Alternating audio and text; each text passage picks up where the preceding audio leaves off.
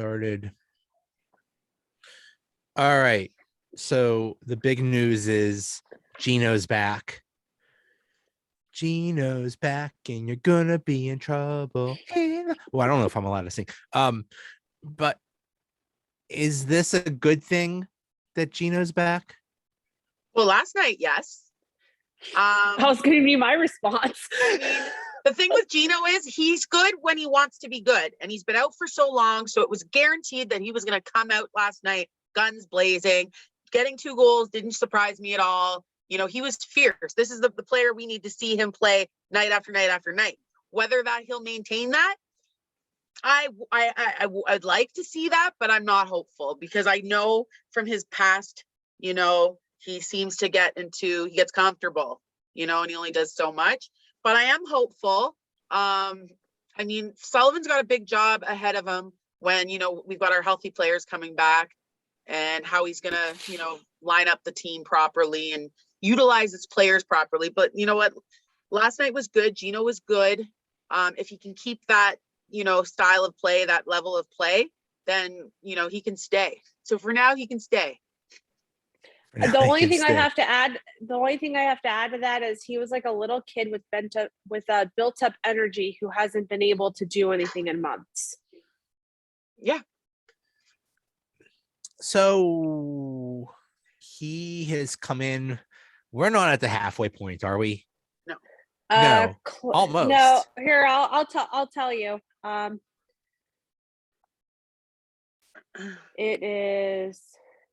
It's funny. I have Boston, Montreal on my TV here too. My point is we're at game 30. We're going to game 36. Yeah, 30. Oh, so we're not even we're just not close to halfway. Okay. Well, we're sort of close to halfway. My point is maybe him only playing a little over half the season will help.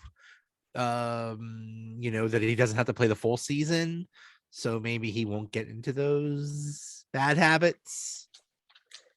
Well, I don't, you know, hopefully it helps with the bad habits. It'll definitely help with his energy levels because as we've seen, you know, the past few seasons, that's been a big concern with him is he's been unable to maintain that energy for a full 82 game season. So the fact that he came in game 35 instead of game 1, you know, that should help him for a postseason run, you know, but that being said, you know, Ashley can do math here. 47 games is still long enough to build bad habits. So he needs to, you know, remember how last night happened and just feed off that.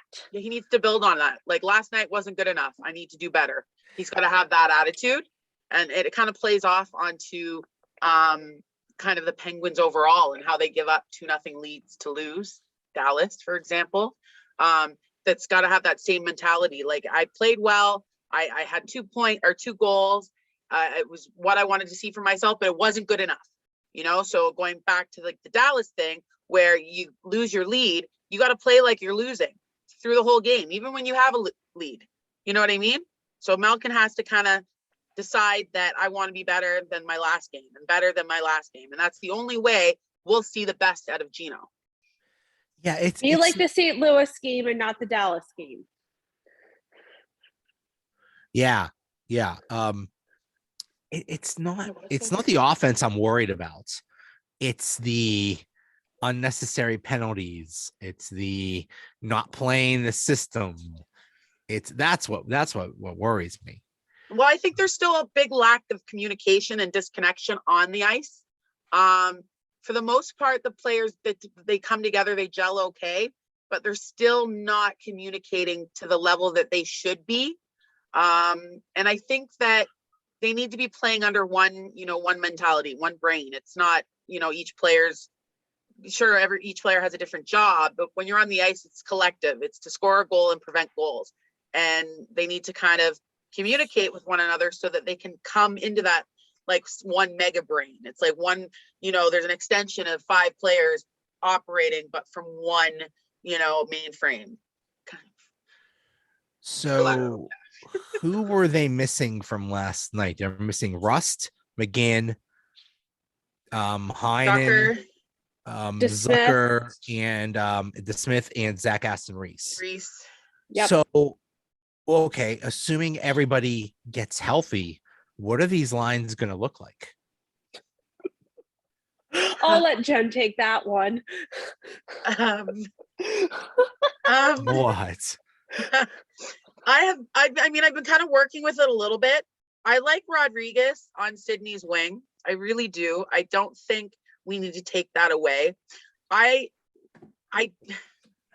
see, this is the difficult part because Carter, here I go, Carter. Oh, Carter. Carter has been one of our best players since he came to Pittsburgh. He's been consistent. I know that's very hard for you to say. I know, I'm like joking a little bit here. He's been consistent. He's been a good teammate. He's made very little mistakes, and when he does, he makes up for them like tenfold. As for the lineups, like, I mean, is Sullivan going to demote Rust? Do you move Kapanen from Geno's wing? Does Carter move to third line center? Yes. And you put Zucker back on Geno's wing? Is that line going to work? Zucker's Geno Kapanen, and is Rust going to be okay going down to Carter's wing? Like, it's a big, it's a big. You know what? I know Sullivan's going to try different things, and if they don't work, he's going to stick with it until someone suggests otherwise. But it's too soon. It's too soon to say because Geno's just back. So personally, I need to see him play a few more games. If, like I said before, and everyone needs to get healthy. Yeah, we need to have. You can't base a lineup off one game. You need 5 at least of the same. I also really like Rodriguez on that first line. It kind of reminds me of back when it kind of reminds me of back when Connor Sherry first came up from Wilkes-Barre. He has a very similar energy to what Sherry brought to Crosby's line back in 15-16. It's so rare to see someone on this team actually shoot the puck and not, try 8,000 passes or whatever. I mean, Rodriguez is just gripping and ripping, and I love it. Now, if I'm not mistaken, he's already set his personal best in goals, correct? Probably. 19. And I want to say even points he has as well, because you figure he was in Buffalo. I want to say when I was watching the broadcast on Saturday, the announcers commented on that. So here's my one thing too, because all 3 of us on this podcast can agree that we have painful memories of Jeff Carter wearing a different sweater. Okay. For you and I, Joe's the Flyers, of course. And actually for me, the first year I lived in Columbus, he was in Columbus for a hot minute, and that was just so yeah, it's awkward for me. So, but that being said, I think one thing I've been grappling with personally is it is difficult to take away ice time from him. You can't. No, he's too good. You have to give the ice time to the players working the hard and producing the most. Period. And 77 is showing up every single game. Yep. Well, okay. So let's work on the second line first. We got Malkin, Kapanen. Those two have to be together. And I believe Kapanen had one of his best games last night with Malkin. So they needed to be together. But then I guess you put Zucker on that left wing, which I really don't even want him on the team. I don't maybe trade him for a backup goalie. I don't know. There's a trade deadline coming up that I was reminded of while watching NHL Network earlier when they were talking about our old friend Phil Kessel. And I'm like, oh no, what are you doing to me? So yeah, remember that anything that we talk about tonight are short-term fixes, because February will be here before you know it. Yeah. It can take its time though. It really can. Is that when the trade deadline is? It's the 21st. Yeah, it is February 21st. I'm guessing. It is? Well, hold on. No, no, I was just guessing. I don't even know. I think it's March 21st. Is it after the quote Olympic break that is now the makeup time? Yeah, I don't know. I'm looking it up. Yeah, I'm not sure. I'm Because not sure what's going remember, on. So because I know the Olympic break starts on my birthday. yeah, the trade opening deadline games is my birthday. the trade deadline is March 21st. March 21st. March 21st. I got Now, the day right. I just got the. I got because the last day of the regular season is not until April 29th, and that's as everything stands right now. But we're still seeing postponed games. My coworker made the joke to me yesterday that so I'm due sometime in June, and he's like, "Your kid could be born, and we would still be in the regular season." I'm like, "Thanks for reminding me of that." Do you know if it's a boy or girl? I do. Do we know? Is it? It's not a secret. Going to be Steven Stamkos or is it going to be Stephanie Stamkos? Actually, there's no hockey player involved in the name of my child. To be quite honest, he is going to be named after my late father-in-law. Okay. Yep. Okay. And then his middle name is going to be after a baseball player. No. Oh, okay. No, that's Woodford's nickname. No, because Woodford acts like Nikita Kucherov, the good, the bad, and the ugly. No, the middle name will be because we met at a baseball game, and then both of my parents and my late father-in-law were all big baseball fans. So the middle name will be after a baseball player. Okay. Mookie. We do have a name. We do have a name, but there are family members who do not know the name, so I'm not saying it. Okay. So I guess. Okay. So basically everything is like delayed a month as opposed to when it's usually the trade deadline is in like late February, end of February, and the playoffs start in April. But now it looks like the playoffs are going to start in May, so it's just delayed a month. So okay, I mean, we've seen that in the past with the Olympic breaks, pushing everything back a little bit. But I'm wondering if part of it was because of the pandemic. Like kind of just everything's all goofed up. Yeah, from my understanding, that will now be the makeup. For now, it's Zucker is still on the team, and I guess you put him on that second line, grown. But then that third line. But who else do you put on there? Yeah. I mean, Carter was on that. Carter was there, but he's your third line center. He has to be the center. So, I don't know what else you could. Maybe Heinen. Oh, I forgot about him. Yeah, maybe. I mean, I'd like to see Heinen up there, but I don't know. We'll see. I don't know if it'll happen, but it's a possibility. Then, okay, so the fourth line is going to be Blueger, Zach Aston Reese, and McGinn, which is a darn good fourth line. Yeah, I wouldn't just touch that. But then what your third line is Carter, Heinen, and Rust. Yeah. Yeah. So you leave Boyle out, or it'll be Rodriguez. Either Rust or Rodriguez. I think they'll flip back and forth. I think it's going to come down to who Sydney and who Geno want to play with. I think Sullivan always goes to them to say, who do you feel comfortable with? Like he's always asked, like he's always, staying informed with the players. It is them out on the ice. I'm sure he pulls rank once in a while, but for the most part, it's who they want to play with. Well, and if it doesn't work, then Sullivan says, it's not working. We saw that with Kessel. Kessel got demoted to the third line from Geno's wing. So I'm not going to be surprised if we see it go Jake, Sydney, Rust. And I will be very disappointed because, Rust can still produce. It doesn't really matter what line he's on. But, you demote a player from first line to third line, it may hinder their game. Okay.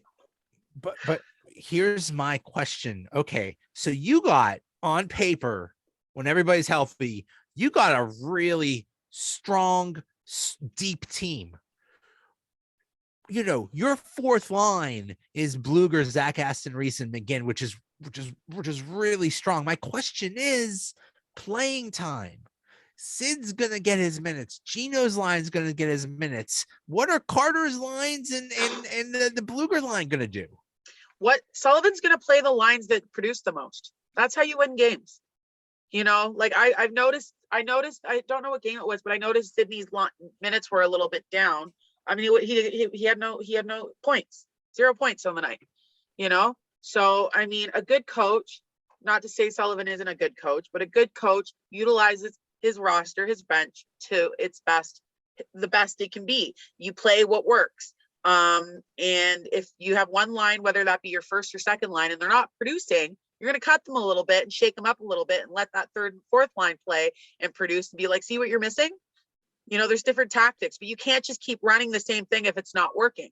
I mean, last night, for example, Sydney had 0 points, right? He was great on the face-off, but our predominant producing line was the second line, if I'm not mistaken. I disagree. I think Sydney's going to get his minutes, and so is Geno. They're still going to get their minutes, but it could be, 16 minutes versus 18 minutes, which is fine, which is ideal. That's what I want. That's the cliche of roll 4 lines. In this scenario, you can roll 4 lines and be really effective, but we'll see. It's going to be, I think it's going to be a wait and see approach. I think it's going to be the one thing that's great about this Penguins team that, I personally haven't seen from them in the past few seasons is they're going back to that next man up mentality, right? We haven't, I know Jen was talking about communication issues, and yes, that's evident, but they're at least playing with this type of energy that we feel that we've all agreed on this podcast that they've been missing the past few seasons. So they'll figure themselves out. I don't think they're consistent enough. I mean, I think the last 2 games they're not. Good. Was it the last 2 game or the last game and the game before? It was the 3 out of the 4 because they were down against St. Louis and then came back and won late. And then they dominated Philly. Dallas, they had the 2-goal lead and blew it. And they wound up losing 3-2. And then last night. And Dallas is good. So, I mean. Yeah, I mean, Dallas is good. But, I mean, what was concerning to me was in the third period, it was evident in the second period, but especially in the third period, they were playing on their heels. I don't think it was like they scored those 2 goals. They literally did what St. Louis did a couple nights before against them was, they got the 2-goal lead early and they're like, okay, we're done. We're fine. And just kind of coasted the rest of the game. And then, they're like, oh, and then, they panned to them when Dallas scored the winning goal. And I'm like, why are you guys surprised? You guys haven't played the last 40 minutes. Like, relax. Yeah. I mean, it's frustrating when you're dominating and don't score, and and then nothing shows for it. So I stand correct. I mean, at least record wise, the Stars are not doing that great. They're actually toward the bottom of the Central Division. So the Stars are a weird team, though. You got to remember they had that 4-goalie conundrum in the beginning of the season, which they have finally figured out. So, I mean, they're rolling with the kid in net. So Dallas is still talented, but like St. Louis, that's a possible, cup contender. Anaheim, I don't think is a cup contender this year, but I mean, I think in a couple of years they could be if they continue on their trajectory. So, I mean, I would say, the Penguins, their past 10 to 15 games have been impressive in that sense, that they're hanging with the big boys, so to speak. Here's what I hear. Like Jen said, there's still something missing. What's missing? Goaltender. Not the goaltender. Wait, that the goaltender is the Jarry is a. Oh, you said backup goaltender. I'm sorry. They need. We need a goalie in case they need to move away from DeSmith. But Jarry is, I mean, they're talking. Does he have the lowest goals against average right now? I think it's under 2. I don't know. I don't have this information. I believe. I mean, here's the things I hear. Jarry for Vezina, and all of a sudden the Penguins are crazy deep, and this is one of their best teams in years. Says who? Twitter. But I mean, other, real people. I'm not on Twitter. I'm not on Twitter anymore. The Pens go on a winning streak and Twitter loses their mind, and they're so good. They lose 2 games. It's like, trade this person, trade, like Pens Twitter. You don't listen to them. I don't miss Twitter. Yeah, but because like I had such a love-hate relationship with hockey Twitter. So I'm so glad I'm away from that. I mean, I will say this. This has definitely been one of the more consistent Penguins teams since their back-to-back run. There is no question about that. I still firmly believe, I still stand by my comments I've made since the beginning of the season, that I don't care about what happens right now. I want to see you down the stretch. If you don't play well down the stretch in March and April, you're not winning in May and June. I don't want to see them burn out either. That's my point is if they're known for having these win streaks mid-season and then they amount to nothing, it's got to be a slow build, Another thing. So like when I was watching the game on NHL Network on Saturday, they were talking about all the historic winning streaks. Well, they've all been mid-season and nothing happened. I think the 1 year, no. I mean, all those years they fell flat on their faces in the playoffs, so it didn't even matter. So okay. I want to see them post-trade deadline keep this up.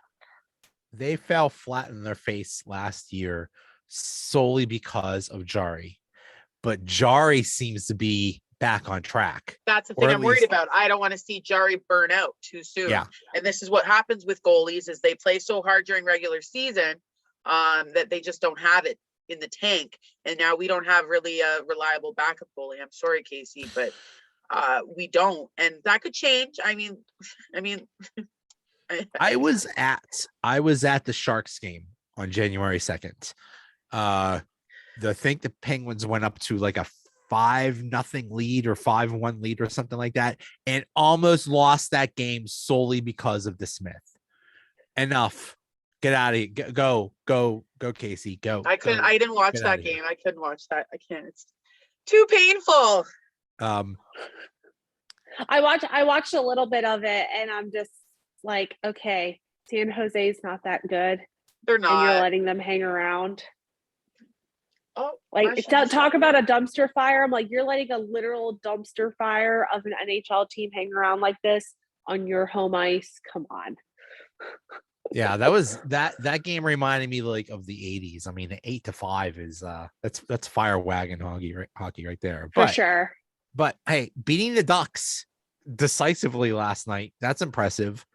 Yeah, for sure. We'll see if they could do it against the Kings, who actually are good this year. Holy crap. Yeah, the Kings have a lot. The Kings are like the Ducks, where they've been drafting well the past couple of years. They've got a lot of young talent. They're riding with a really young goalie. I mean, they still have Jonathan Quick, but they've also got, I want to say his name's Peterson. And I mean, they still have Kopitar and they still have Dustin Brown and some of those old guys, but they've had a lot of young kids come up the past couple years. So, yeah, I don't know if they're as close as Anaheim is, because Anaheim's been a very, very slow build, talking back to like when they drafted John Gibson, but LA is definitely on the right track. They're not a pushover. Okay. So yeah, we're not even halfway through, but hey, compared to where the Penguins started, they're looking really good now, and 3 points out of first place in the Metro. That's impressive. Oh, for sure. Especially with how hot Carolina's been lately too. Carolina I think going into the other night, they were 9-1 in their last 10. Yeah, they're sick. And, Hey, guess who else is 9-1 in their last 10? The Pittsburgh Penguins. But the difference between Carolina and Pittsburgh, though, is Carolina tends to wait until January to start showing up. Yeah. Historically speaking, especially under Brindamore. Well, we say the same thing almost every year. It's like, oh my God, all those injuries. Oh, look, they're playing well with the injuries. Then everybody comes back and then things don't go so well. This team, the Pittsburgh Penguins, play better under adversity. They always do. They rise up. They have something to prove. But when they have that full team, collective team, it's like, what do we do, guys? Like, I forget how to hockey. And it's so frustrating because it comes down to that chemistry. And it's like, where did it go? You find this chemistry when you're dealing with, injuries and in this case, COVID protocols, but now you've got your full crew. Like, you should be even more intimidating. You should be, the team you fear to beat. I don't think Pittsburgh's the team people fear or other teams fear just yet, because they do know their weaknesses. But Pittsburgh doesn't seem to know how to play. And this is going back the last couple of years, obviously not when they were on their cup runs, but they don't know how to play to their highest potential when they're healthy. It seems like they forget what they're doing, and they kind of fall apart. And we see it in the playoffs every year for the last so many years. Yeah. Yep. Well, and the Penguins have been like that for years and years and years. It's not even just like the past 5 years with the, back-to-back cup runs. When I started watching them in the mid to late 2000s, with Fleury and Crosby and Malkin, all them just coming up, they were the same way then. It was like, okay, somebody's hurt, next man's up. But yet they would have a full roster. It's like, oh, well, what are we doing? But I am going to say this, based off my last thought of playing through adversity, and having something to prove. We do have 3 core players that want to stay together and win another cup or more cups. That is something to prove. These are 3 aging players that are not in their prime anymore. They're not as fast as the younger kids that are coming up, but they have something to prove.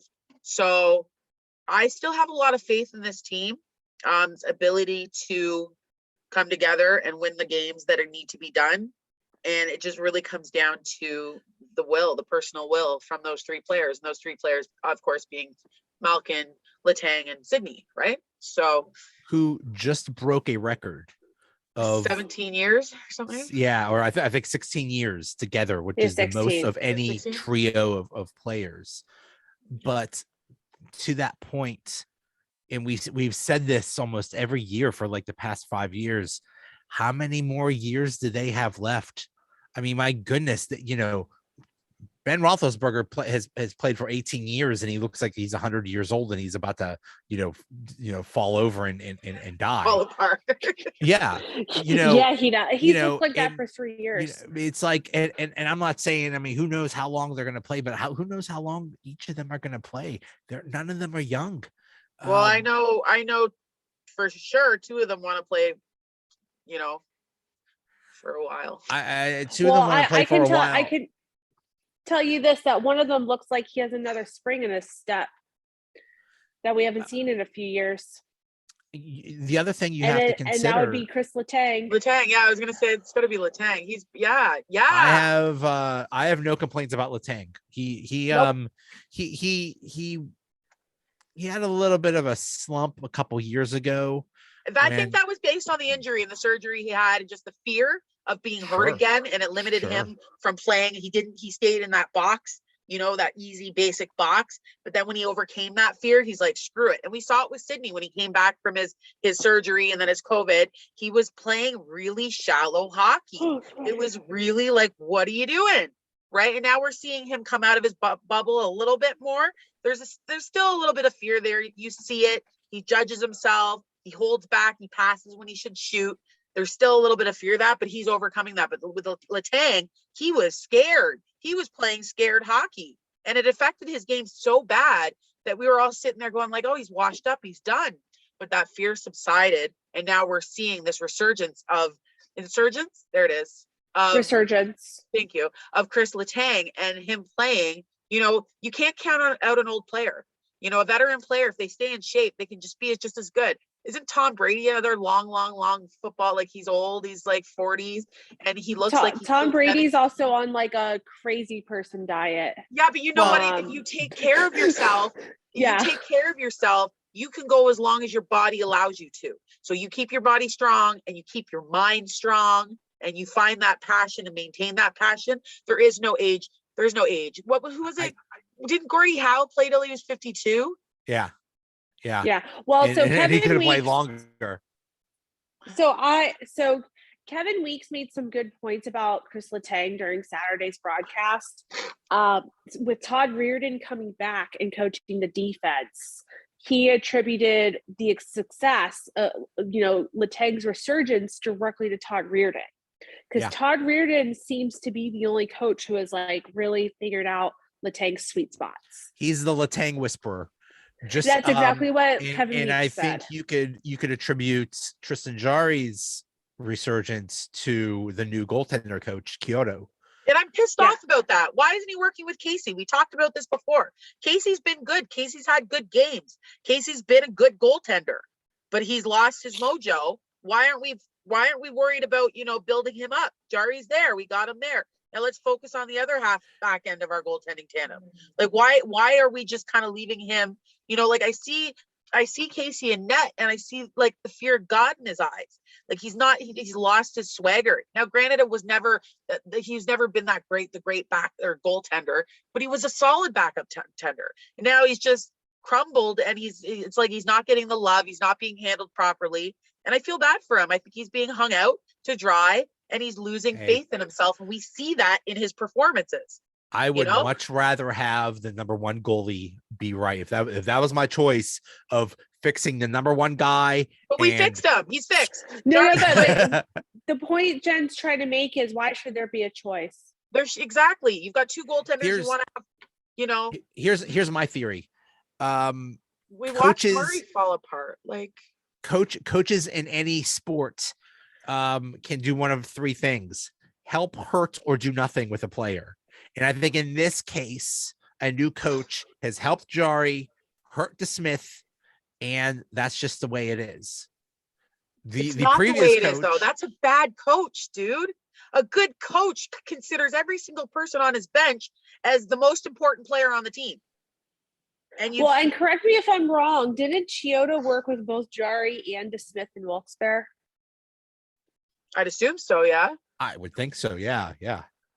So that's what's really interesting to me is like, we know that Chiodo has a long history with the organization, both as a player and now as a coach.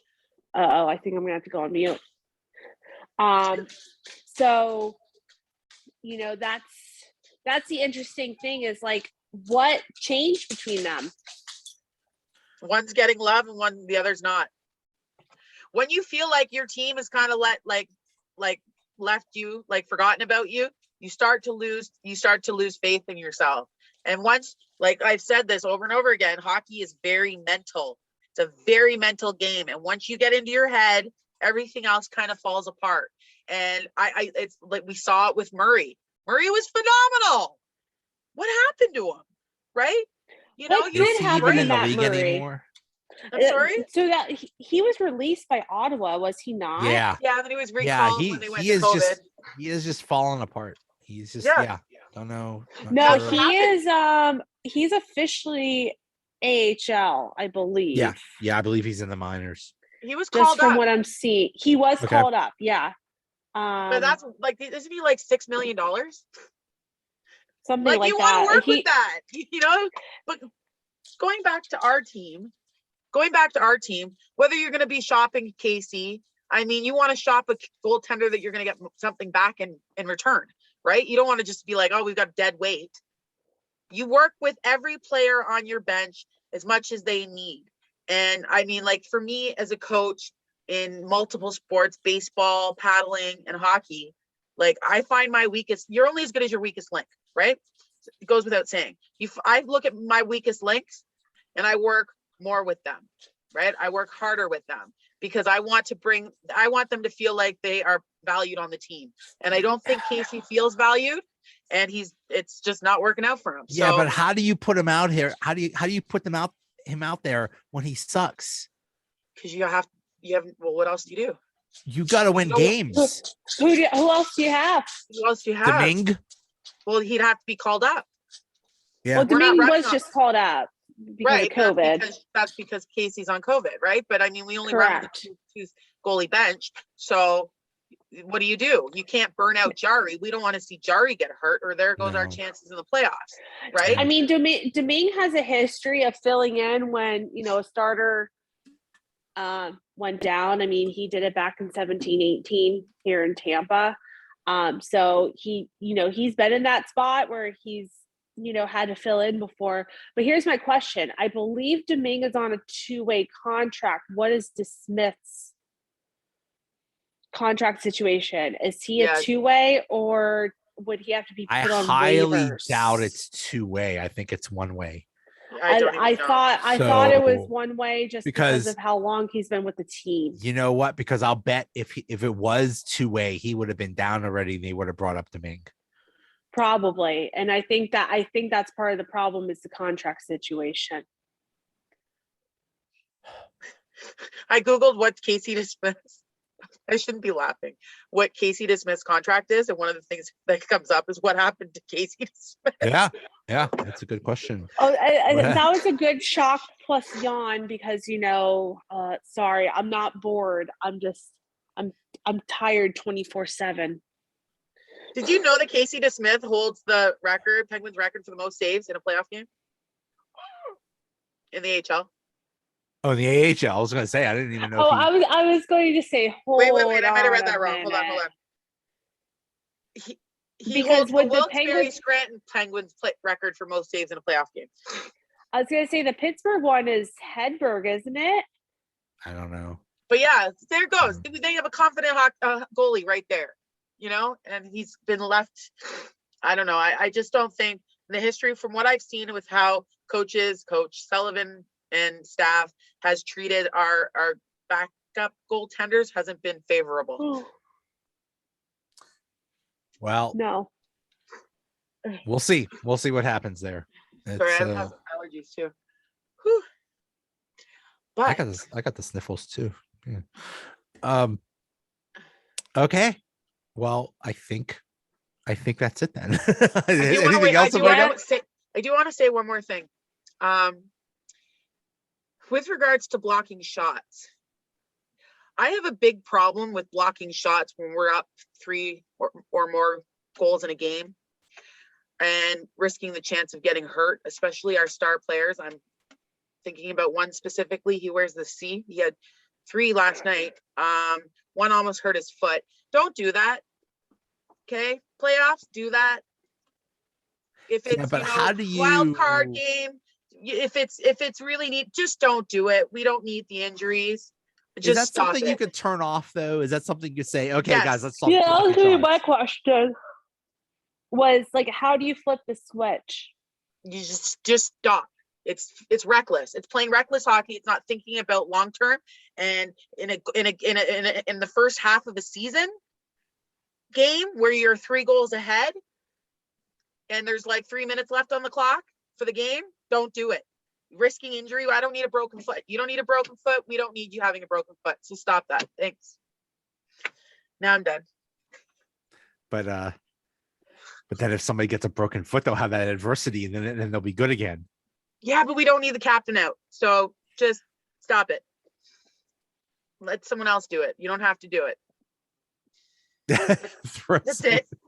I was screaming at my TV last night. I'm like, what are you doing? Because you could see he was in pain. And I'm like, ugh. And then I wrote down a whole bunch of notes and I'm screaming. They were all caps. And then I'm like, I'll just save it for the podcast. Just don't do that. Please save it. Like, yes, block shots when it's meaningful.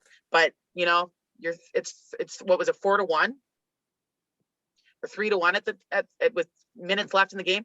don't risk it. It's reckless. It's like reckless driving. That's reckless hockey. So that's it. Fair enough. On that note, let's real quick. Let's try to guess the next 10 games. Okay, let me bring up the schedule. Oh yeah, I got to say I gotta get the schedule out, which I have. And I want to write it down. So let's see. We got Kings Sharks tonight's the Kings. Correct. Tomorrow night. No, yeah, tomorrow night at 10:30. Tomorrow night's the Kings. So, I got it. So I'm gonna Kings, say that's a win. Yeah. Kings, Sharks, Vegas, and then they come back. Ottawa, so 4, in Columbus, 5, home against, and then they finish at home, Winnipeg, Arizona, Seattle, Detroit, LA. You know what? I'm gonna go a little bold here, and I'm gonna say 7-3. I'm gonna say 8-2. I was leaning towards 8-2, but I feel like the Ottawa game's a trap game. Always. Okay, so hold on. So Kings. It's always a trap game. Okay, so Joe says 8-2. Uh-huh. Yeah, don't worry about the overtime. A lot. We'll just count the loss. No. I'm saying 7-3. Okay, so Ash is saying 7-3, and I still haven't looked at so the Kings will lose, the Sharks will win, Vegas will lose, Ottawa will win, Colorado will lose. I'm going 6-4. I think 6-4 could happen, but I'm saying 7-3. Like I said, I think Ottawa's a trap. I think to be clear, just to be clear, we're not a loss is a loss, whether it's an overtime or regular. Correct. So that's just good. Yeah. Loss is a No, loss. I do want to add the caveat. I think there are a few trap games in there. Well, I mean, we watch us lose to Ottawa or something, or the Sharks even at home. That's what I'm saying. You know? Like I think, on paper, it should be, quote, an easy schedule, but especially since it's very home ice friendly. But there are, like, Columbus, for example, is a very unpredictable team right now. You never know which team you're getting that night. Ottawa is Eichel going to be back for the game? Because I heard he's close. He might be. Ooh, that'll be interesting. I'm excited to see that. Vegas is already a nasty team, top to bottom as is. So I'm like, oh God. Yeah, that's going to be scary. Yeah, Vegas is loaded. Oh. But I mean, Seattle. But then you have Seattle. Seattle's just like Ron Francis can't even justify what he did. He did this extensive. He did this extensive interview with ESPN about a week ago. And I'm going to be honest, it's like I was looking for him to justify his draft picks because he made some very questionable picks in the expansion draft. And like I'm like, Ron, what are you saying, dude? But it's an expansion team. This is what you're supposed. An expansion team is supposed to suck in their first year. And that's the thing that was really interesting with ESPN's angle is I'm like, Vegas is an anomaly. The way Columbus came out, the way Atlanta came out, the way Minnesota, the way these other expansion teams have come out are San Jose, for example. San Jose had a start bad. Tampa. Yeah, they are Ottawa. Look at Ottawa, that's Vegas, just the way. Vegas was a freak, and that GM grossly took advantage of the rules and of the situation. Which, hey, it was George he didn't cheat or anything. Duh. Yeah. It was George McPhee. Did we expect anything less? We saw what he did with Washington. Come on. One last question, Ashley. Are you going to be the coach or the GM of the New York Giants? Both. Both? They need you. I'm pulling a Belichick.